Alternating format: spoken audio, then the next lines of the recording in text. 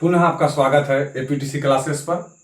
और आज हम लोग देखेंगे 10वीं कक्षा के भौतिकी के गोलीय दर्पण में फोकस दूरी, बीम की दूरी और प्रतिबिंब की दूरी के बीच एक संबंध होता है जिसे हम लोग कहते हैं दर्पण सूत्र। और दर्पण सूत्र किस प्रकार से सिद्ध होता है वो आज हम लोग देखेंगे। दर्पण सूत्र होता है 1/f बराबर 1/v प्लस 1/u। ठीक है, और ये कई बार एग्जाम में पूछा गया है। एग्जाम की दृष्टि से यह बहुत ही महत्वपूर्ण है और आज हम आपको बहुत ही सरल तरीके से बताएंगे। बस आप वीडियो को अंत तक देखिएगा और हमें उम्मीद है कि हम आपको कहीं भी पूछने की उम्मीद नहीं रखने देंगे, बहुत ही अच्छे से आपको बताएंगे। ठीक है, तो चलिए सिद्ध करते हैं अवतल दर्पण में पहले और उसके बाद उत्तल दर्पण में नेक्स्ट वीडियो में हम लोग देखेंगे। तो चलिए देखते हैं। इसके लिए सबसे पहले हम अवतल दर्पण के डायग्राम को बनाएंगे। ये रहा हमारा अवतल दर्पण।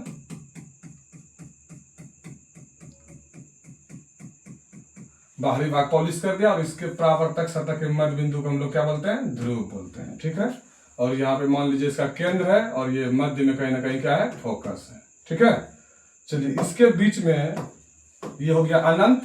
ठीक है, इधर इसको और बढ़ा देते हैं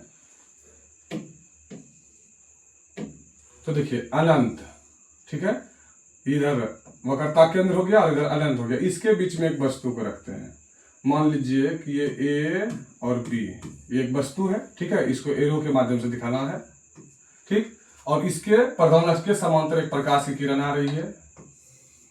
हम लोग तो पढ़ ही चुके हैं अनंत और वक्रता केंद्र के बीच वस्तु रखने पर उसका प्रतिबिंब कहाँ बनता है। अब ये प्रकाश की किरण कहाँ से गुजरेगी? फोकस से गुजरेगी। ठीक है, अब देखिए उसके बाद और एक प्रकाश की किरण को जो हम लोग गुजारेंगे वो गुजारेंगे वक्रता केंद्र से, यहां से। तो वक्रता केंद्र में तो हम लोग नियम जान ही रहे, जिस माध्यम से जिस पथ से वो आएगी और उसी पथ से दर्पण से परावर्तन होने के बाद क्या हो जाएगी? गुजर भी जाएगी, परावर्तित हो जाएगी। ठीक है, और उसके बाद इसमें एक प्रकाश की किरण को और दिखाना है जो कि ध्रुव पर आपतित हो रही है और उतना ही कोण बनाते हुए ये इस जगह से क्या हो जाएगी? परावर्तित भी हो जाएगी, उतना ही कोण बनाते हुए। ये भी चीज हम लोगों को दिखाना है इसमें। ठीक है, तो यहीं पे किरणों का मिलन हुआ है तो यहीं पे हमारा प्रतिबिंब बनेगा और वो प्रतिबिंब यदि दर्पण के बाईं ओर बन रहा है तो इसका मतलब ये प्रतिबिंब कैसा होगा? वास्तविक होगा और उल्टा होगा। यानी कि आप इसको लिख सकते हैं ए डैश और इसको लिख सकते हैं बी डैश। ठीक है, तो चलिए और इस दर्पण का नाम दे दीजिए, मान लीजिए एम और एम डैश। ठीक, तो पहले आपको इस दर्पण के विषय में लिखना होगा। तो चलिए लिखते हैं कि माना कि एम डैश एक अवतल दर्पण है।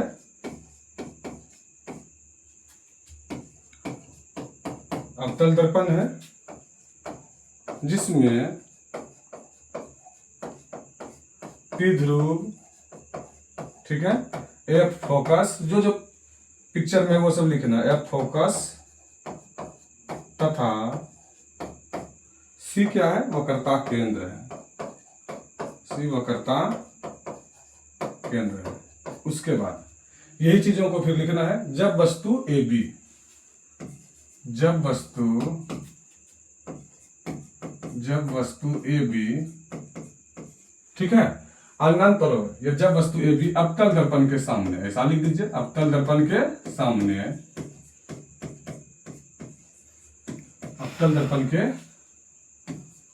अवतल दर्पण के सामने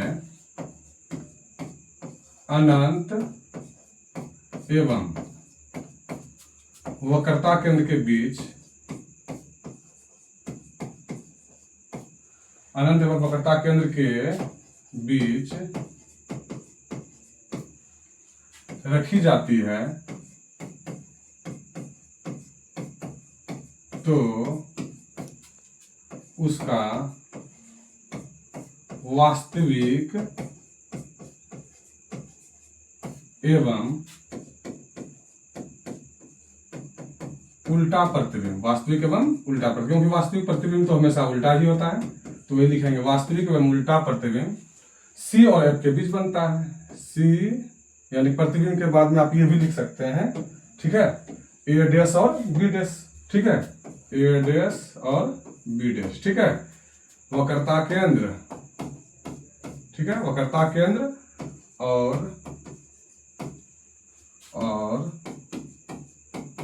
फोकस के बीच बनता है।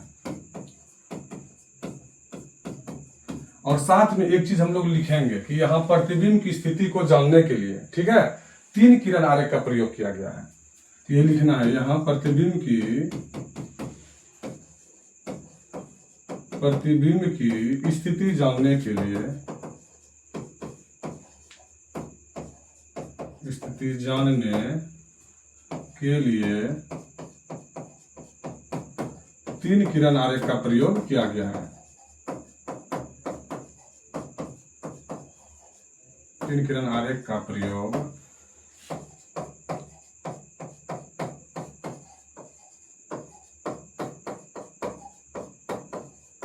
किया गया है। ठीक है, तो जो चीज हम लोग देखे डायग्राम में वही चीज लिखे हैं। तो फिर से एक बार आप लोग देख लीजिए क्या लिखे हैं। माना कि M और M डे से क्या है, अवतल दर्पण है, जिसमें P क्या है, ध्रुव, F फोकस, ठीक है, और तथा C क्या है, वक्रता केंद्र है। उसके बाद फिर लिखे हैं, जब वस्तु AB अवतल दर्पण के सामने, ठीक है, अवतल दर्पण के सामने अनंत और वक्रता केंद्र के बीच रखी जाती है तो उसका वास्तविक एवं उल्टा प्रतिबिंब, ठीक है, ए डैश और बी डैश वक्रता केंद्र और फोकस के बीच बनता है। और लास्ट लाइन ये लिखे हैं कि यहाँ प्रतिबिंब की स्थिति को जानने के लिए 3 किरण आरेख का प्रयोग किया गया है। इतना आपको पहले लिखना होगा। उसके बाद अब फिर आगे बढ़ते हैं कि सिद्ध किस प्रकार से होगा। पहले डायग्राम के लिए आपको इतना लिखना पड़ेगा, ठीक है। तो देखिए, अब हम लोग देखेंगे ये डायग्राम में। देखिए, अब हम लोग चलेंगे इस त्रिभुज में। देखिए, इस प्रकार से हम लोग देखते हैं ये त्रिभुज ए बी और सी, ये जो त्रिभुज बन रहा है ए बी और यहाँ पे बिंदु क्या है, सी। उसी प्रकार से इधर चलेंगे ए डैश बी डैश और सी, ये इस दोनों त्रिभुज में हम लोग चलेंगे, ठीक है। तो यही लिखना है अभी हम लोगों को कि, ठीक है, त्रिभुज ए बी सी और, ठीक है, त्रिभुज ए डैश बी डैश सी में, पहले इस त्रिभुज में हमको चलना है, ठीक है। तो देखेंगे इस त्रिभुज में क्या चीजें हो सकती है। दोनों त्रिभुज को सबसे पहले हमको क्या करना पड़ेगा, समरूप करना पड़ेगा। तो देखिए, ये जो वस्तु रखी गई है तो लंबवत रखी गई थी, यहाँ कितना डिग्री कोण बनेगा, 90 डिग्री का। और यहाँ भी जो प्रतिबिंब बना है तो यहाँ भी कोण कितना डिग्री का होगा, 90 डिग्री का। यानी कि हम लिख सकते हैं बी ए सी बराबर होगा किसके, B dash A dash C के। यानी कि यहाँ का कोण और यहाँ का कोण दोनों कितना डिग्री है, 90 डिग्री है। तो यही चीजों को यहाँ पे लिखेंगे कि कोण ए बी सी बराबर होंगे किसके, तो ये बराबर होंगे किसके, ए डैश बी डैश सी के। नहीं, देख लीजिए एक बार फिर से, ये बराबर होंगे B dash A dash C के। बी डैश लिखना पड़ेगा वहां पे, ठीक है। तो ये हमारा हो जाएगा, यहाँ पे मिस्टेक हो गया, यहाँ पे मेरा होगा ए डैश, ठीक है, यानी हो जाएगा आपका ए dash B dash A dash सी, ठीक है। और ये कितने डिग्री का कोण बना है, 90 डिग्री का। देख लीजिए सही है कि नहीं है। हाँ, बी डैश ए डैश और सी, ये कितना डिग्री है, 90 डिग्री। प्लस देखिए तो ये कोण और ये कोण, ये क्या हो जाएगा, शीर्षाभिमुख कोण के तहत से क्या हो जाएंगे, बराबर हो जाएंगे। क्योंकि हम लोग जानते हैं कि यदि दो रेखाएं एक ही बिंदु पर प्रतिच्छेद करती है तो यहाँ पे जो कोण होते हैं ये दोनों आपस में क्या होते हैं, बराबर होते हैं। इधर भी ये बराबर और इधर भी ये क्या होते हैं, बराबर। तो जस्ट यहाँ पे वही चीजें हो रही है, यानी कोण सी बराबर कोण सी। किस वजह से, शीर्षाभिमुख कोण की वजह से। तो यहाँ पे लिखेंगे कोण सी बराबर, इधर में भी क्या हो जाएगा, कोण सी। किस वजह से बराबर, तो लिखेंगे शीर्षाभिमुख कोण। शीर्षाभिमुख कोण के कारण से दोनों आपस में क्या हो जाएगा, बराबर हो जाएगा, ठीक है। तो अब देखिए, दो कोण जब बराबर त्रिभुज का हो जाता है तो उसमें एक हम समरूपता का नियम लगा सकते हैं, ए समरूपता से, ए समरूपता से, ठीक है, समरूपता से ये दोनों त्रिभुज आपस में क्या हो जाएंगे, समरूप। यानी कि त्रिभुज ए बी सी समरूप हो जाएंगे किसके, समरूप का चिन्ह है, ठीक है, समरूप हो जाएंगे किसके, ए बी सी समरूप होंगे त्रिभुज किसके, ए डैश बी डैश सी के। अब जैसे समरूप हुआ तो समरूप होने से क्या फायदा होगा, तो समरूप हम लोग जानते हैं जब दो त्रिभुज आपस में समरूप होती है तो उनकी संगत भुजाएं जो होती है वो एक ही अनुपात में क्या होती है, बढ़ जाती है। यदि हम इसका भुजा लेंगे ए बी इस त्रिभुज का, तो इसका भी भुजा क्या लेना पड़ेगा, ए डैश और बी डैश। और यदि हम दूरी लेंगे ये सी ए दूरी, तो इसका भी लेना पड़ेगा सी ए डैश दूरी। ठीक है, तो ये एक ही अनुपात में आ जाएंगे, तो यानी कि हमको इस प्रकार से लिखना है ए बी दूरी समरूप जैसे हुआ लिखेंगे, इसलिए ए बी दूरी और जितना होगा उतना ये अनुपात में आ जाएगा ए डैश और बी डैश। ठीक है, उसी तरह से देख लीजिएगा फिर, और उसके बाद फिर लिखेंगे हम लोग क्या, सी ए और सी ए डैश। ठीक है, तो लिखेंगे सी ए बटे सी ए डैश, और इसी को हम लोग बोलेंगे समीकरण फर्स्ट। समीकरण फर्स्ट। उसी प्रकार से सेम देखिए, अब आप एक त्रिभुज और बन रहा है, एक त्रिभुज का और निर्माण हो रहा है। ठीक है, तो वो अब हम लोग कहाँ देखेंगे, ये देखिए ए बी पी पूरा फिगर देखिए, यहां से यहां तक आ गया, ये यहाँ पे ए बी और डायरेक्ट यहाँ पी तक आना है। ठीक है, ए बी पी इस त्रिभुज में चलेंगे, और उसी प्रकार से नीचे में इस पे देखिए ए डैश बी डैश पी में, ये निचल का इसमें नीचे वाले में चलेंगे। ठीक है, तो ये त्रिभुज भी आपस में क्या होंगे, समरूप होंगे, बिल्कुल उसी तरह से। कैसे सर, तो देखिए यहाँ पे भी ये 90 डिग्री कोण बन रहा है, तो उसी तरह से इसका भी साइड में क्या बन रहा है 90 डिग्री कोण, तो उसके वजह से दोनों बराबर। उसके बाद इसका ये कोण बराबर हो जाएगा, यहाँ भी ये कोण बराबर होगा, क्योंकि कोण आई और कोण आर आपस में क्या होते हैं, बराबर। ठीक है, यानी कि हम लोग पर्याय परावर्तन के लिए बिल्कुल वही घटना यहाँ पे हो रही है। आपतित किरण है, इधर ये परावर्तित किरण है, तो यहाँ का कोण और यहाँ का कोण क्या होगा, बराबर। तो ये दो कोण भी बराबर हो जाएंगे। जब दो कोण बराबर हो जाएंगे फिर ए समरूपता से ये त्रिभुज भी आपस में क्या हो जाएंगे, समरूप। तो हम लोगों को उतना लिखना नहीं है, बस लिख देंगे उसी प्रकार से। ठीक है, लिख देंगे उसी प्रकार, उसी प्रकार। ठीक है, उसी प्रकार त्रिभुज ए बी पी समरूप होंगे किसके, त्रिभुज ए डैश बी डैश पी के, ये दोनों आपस में क्या होंगे, समरूप होंगे। अब ये दोनों भी जो यदि समरूप हो जाएगा, फिर से वही चीज ए बी और इधर का ए डैश और बी डैश। ठीक है, तो लिखेंगे तो क्या आ जाएगा, ए डैश और सॉरी पहले लिखेंगे ए बी, इस प्रकार से लिखेंगे हम लोग ए बी, और तब लिखेंगे इसके नीचे बटन ए डैश और बी डैश। ठीक, और उसके बाद फिर देखिए, उसके बाद फिर देखिए क्या लिखना है, उसके बाद फिर लिखना है आप लोगों को पी से लेके कहां तक की दूरी, पी से ए, ये भुजा ये नीचे वाला जो त्रिभुज का है, पी से लेके ए तक टोटल, और इसमें क्या, इस त्रिभुज में पी से लेके ए डैश, यानी कि पी ए अब बटे क्या हो जाएगा, पी ए डैश, तो ये हो जाएगा पी ए। ठीक, हाँ, तो अब जो लिखेंगे वो हो जाएगा पी ए बटे पी ए डैश। ठीक है, तो ये हमारा हो गया समीकरण सेकेंड। अब देखिए समीकरण फर्स्ट और सेकेंड से तुलना करना है, लिखेंगे समीकरण फर्स्ट, समीकरण फर्स्ट, समीकरण फर्स्ट और सेकेंड से। तो हम लोग ज्यामिति में तो जानते ही है, यदि लेफ्ट साइड का दोनों का बराबर हो गया तो राइट साइड ऑटोमेटिक क्या हो जाता है, बराबर। तो देखिए ए बी और ए डैश बटे ए बी बटे ए डैश बी डैश, और यहाँ भी क्या है ए बी बटे ए डैश बी डैश। जब ये दोनों बराबर हो गया तो इसका राइट साइड भी क्या हो जाएगा, बराबर, यानी कि सी ए अब हमारा हो जाएगा सी ए बटे क्या है, सी ए डैश, सी ए डैश बराबर, और यहाँ का ये हो जाएगा पी ए बटे पी ए डैश, ये हो जाएगा। ठीक है, लेकिन ये हम चित्र में देखेंगे ये दूरी क्या होता है, सी ए और सी ए डैश।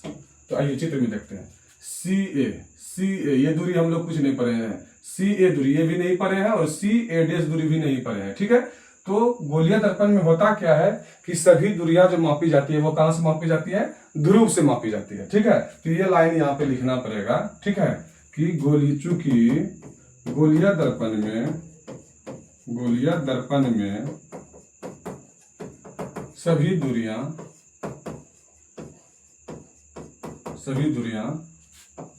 ध्रुव से यानी P से मापी जाती है। ठीक है, मापी जाती है, इसलिए अब क्या करना होगा, सी ए को देखिए किस तरीके से लिखना होगा, आइए देखते हैं। सी ए ये दूरी जो है इसको हम इस प्रकार से लिख सकते हैं, पी ए ये टोटल दूरी ले लेंगे यहाँ से पी से लेके ए तक, पी ए दूरी, और उसमें घटा देंगे ये पी सी दूरी। ये दूरी यदि माइनस हो जाएगा तो सिर्फ ये दूरी बच जाएगा, क्योंकि हमको सी ए दूरी ही लेना है। तो लिखेंगे P A minus P C, P A minus P C. तो यहाँ पे लिखेंगे इसी चीज को, P A minus P C. और उसी प्रकार से आइए अब देखते हैं सी ए डैश को, सी ए डैश ये दूरी देखते हैं कहाँ है, सी ए डैश। अब ये दूरी हमको लेना है, ये सी ए डैश।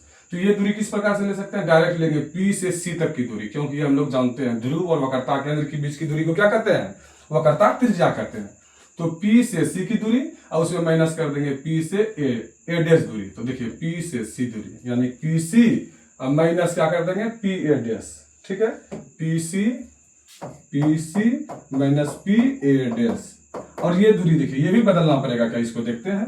PA अब बटा क्या है PA डैश, PA ये दूरी तो जानते हैं हम लोग, इसे क्या कहते हैं वस्तु की दूरी, और PA डैश मतलब क्या हुआ प्रतिबिंब की दूरी। तो इसके विषय में तो हम लोग जान ही रहे हैं, इसको बदलने की कोई जरूरत नहीं है। ये इसी प्रकार से रह जाएगा PA अब बटे क्या रह जाएगा PA डैश, ठीक। चलिए इसके आगे देखिए क्या होगा।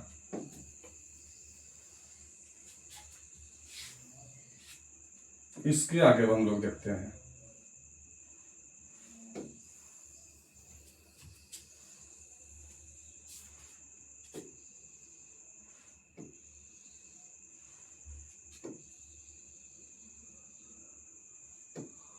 चलिए अब देखते हैं हम लोग, ठीक है। अब देखिए चूंकि चिन्ह परिपाटी से पिछले वीडियो में हम आपको पढ़ा चुके हैं, चिन्ह परिपाटी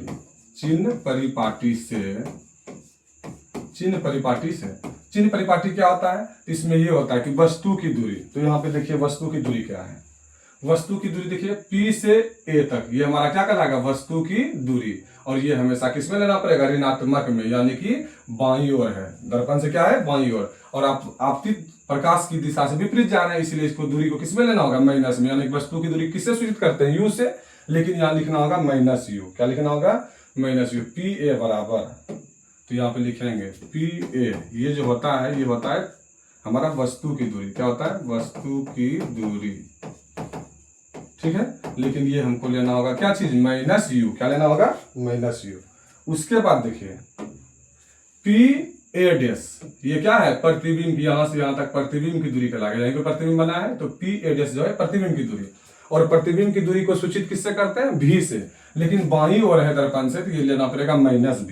तो यहाँ पे लिखना होगा PA डैश, ये है हमारा प्रतिबिंब की दूरी, प्रतिबिंब की दूरी, लेकिन इसको लिखना होगा हमको यहाँ पे क्या माइनस V, ठीक है। और उसके बाद देखिए अब क्या क्या जरूरत पड़ा था देख लेते हैं एक बार, ये हो गया। अब उसके बाद फिर देखिए PC दूरी है, ठीक, और PA डैश दूरी तो हो गया। PC दूरी देखिए P से लेके C तक की दूरी, इसको तो हम लोग बोलते हैं वक्रता त्रिज्या, ठीक है। और ये भी हमको लेना होगा माइनस में, ठीक है। तो यहाँ पे लिखेंगे PC जो है ये है हमारा वक्रता त्रिज्या, ठीक है, वक्रता त्रिज्या। और इसको सूचित किससे करते हैं R से, लेकिन यहाँ क्या लिखना होगा माइनस R, या इसी को आप लिख सकते हैं फोकस दूरी की दुगुनी दूरी, यानी कि माइनस 2F। माइनस तो रह ही जाएगा, बस R के बदले हम सिर्फ क्या लिखना है 2F। उसके बाद देखिए फिर एक चीज और जरूरी है हमको, P से F तक की दूरी, P से F तक की जो दूरी होती है उसे कहते हैं हम लोग फोकस दूरी, ठीक है। और ये बाईं ओर है, इसमें भी आपको माइनस लेना पड़ेगा, क्योंकि अवतल दर्पण की जो फोकस दूरी होती है वो किसमें होती है माइनस में। तो ये देखिए आपको लिखना होगा PF, ये दूरी कहलाएगा हम लोग का फोकसांतर या फोकस दूरी, ठीक है। तो फोकस दूरी भी जो लेना होगा वो किसमें लेना होगा माइनस में, यानी कि माइनस F, ठीक है। अब ये सारा मान जो है, चलिए इस मान में हम लोग रखते हैं। देखिए पहले क्या है PA, क्या लिखा हुआ है PA, तो PA को हम लोग क्या सूचित कर सकते हैं माइनस U से। तो यहाँ पे लिखेंगे माइनस U, क्या लिखना है माइनस U। फिर है माइनस, तो माइनस दिए। अब उसके बाद है PC दूरी, PC दूरी देखिए किससे सूचित करते हैं माइनस 2F से। तो यहाँ पे लिखना पड़ेगा आपको माइनस 2F। ये माइनस जो रहा थी ये माइनस लग गया, लेकिन PC जो है हमारा वो ऑलरेडी माइनस में है, इसलिए माइनस लेना पड़ेगा। अब उसके बटे मानिए, ठीक है। उसके बाद देखिए क्या है हमारा PC दूरी फिर से है, तो PC दूरी यहाँ पे देखिए लिखा हुआ है माइनस 2F, तो यहाँ पे फिर से लिखना पड़ेगा माइनस 2F। और उसके बाद फिर माइनस, और उसके बाद PA डैश जो है वो मेरा है प्रतिबिंब की दूरी, इसको लिखना है माइनस B। चलिए बराबर। अब इधर का देखिए यहाँ पे PA, तो PA लिखा हुआ है क्या, यहाँ पे लिखा हुआ वस्तु की दूरी, इसको क्या बोलते हैं माइनस U। तो ये PA हो गया बटे, अब फिर क्या है PA डैश हमारा क्या है प्रतिबिंब की दूरी, ये किसमें है माइनस B। तो चलिए इसको हल करते हैं आगे।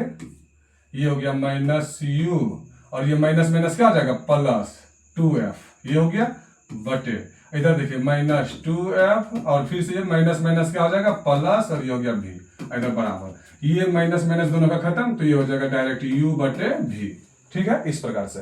अब यहाँ पे क्रॉस मल्टीप्लीकेशन करेंगे, कोना कोनी गुना कर देंगे हम लोग। ठीक है, तो ये हो जाएगा हमारा v गुना u, तो ये v से u में गुना होगा तो हो जाएगा माइनस लगा हुआ है तो हो जाएगा माइनस vu, और उसके बाद v से गुना करेंगे 2f में तो ये हो जाएगा 2 के बाद लिख देंगे हम लोग 2, ये v इसके बीच में लिख देंगे vf, 2vf।